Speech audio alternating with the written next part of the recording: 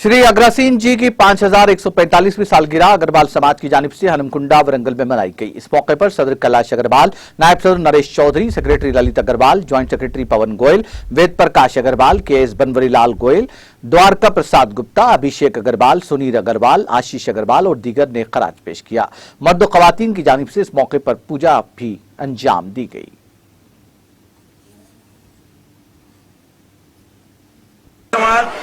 महाराज अग्रसेन जयंती की 5145वीं जयंती बहुत ही धूमधाम से मना रहा है।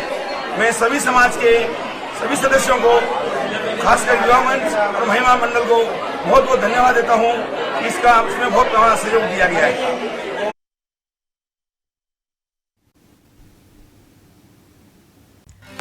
नाज़रीन, हमारे टीटीवी न्यूज को सब्सक्राइब करें, बेल आइकॉन को प्रेस करें, शेयर करें और लाइक करना ना भूलें। और किसी भी एडवर्टाइजमेंट के लिए हमारे इस नंबर पर कांटेक्ट करें। हमारा नंबर है 9550102020 पर।